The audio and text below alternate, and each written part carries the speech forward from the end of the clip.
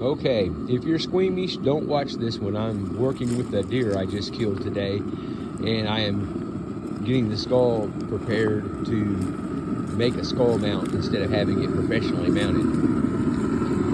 I've already skinned the skull, and I took this big metal pot or 5-gallon bucket that had deck stain in it, and I boiled it for a long time, and then took a stick, that stick right there, and cleaned all the stuff out I could, and then I took that torch and heated the underneath side of the barrel up really, really good, and got everything out that I could, and then boiled it again and got it just as clean as I could get, and put ivory liquid in it and scrubbed it really good. And then I filled it up with clean water. You can see all the water back there. I was dumping out washing it. And I filled it up with nice clean water. And then I put a little bit of Dawn dishwashing soap in there. It kind of helps break the grease and stuff down, so whenever I pour a little more water in there, when it gets down low on water, it will kind of take any oils and stuff, float them off the top. I got 2 5-gallon buckets here full of, water to top it off with. And as soon as it gets up to about 175, 200 degrees, somewhere in there, I'll turn the torch down just enough to keep it at that temperature. Now, I've done this will be the 4th or 5th time I've done this. I just took 4 bricks, like this one right here, 4 or 5 of them, I can't remember now, and I put them underneath there, and I left a hole for my torch to go in, and then I just had these rocks laying around here, and I put the rocks around it to kind of help the rocks that get hot and kind of help maintain the heat just a little bit. I mean, it can't hurt anything. They're not touching the barrel at all, but they'll kind of reflect the heat back into the barrel, so it'll heat up a little bit quicker.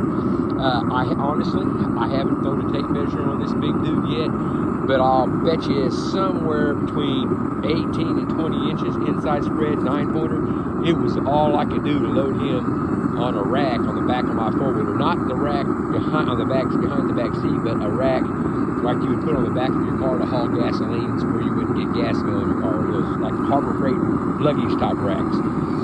But anyways, I've just got it started cooking, and I'm gonna let that thing cook for probably 4 or 5 hours and just really get the meat good and tender, and then I can just scrape it off. Most of it will just fall off, and I'll take the bottom jawbone loose, and then I'll scramble everything inside, get the eyes out, get everything out, and then I will boil it again, but I will boil it in salt water. I don't know too many people that do that, but I always like to boil mine in salt water. It seems like to me it would get in there and help to cure it better, so you do not have any chance of smell.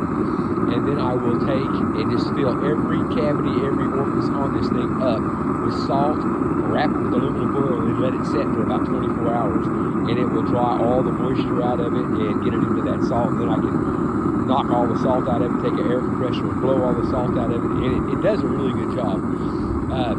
I'm going to try to edit this video and show you pictures before what he looked like. I took some pictures before I skinned him, and whoops, he got it all going. Well, I'm going to fix that before it has a chance to heat my antlers up, and thank you guys for checking in with me, and you have a good day.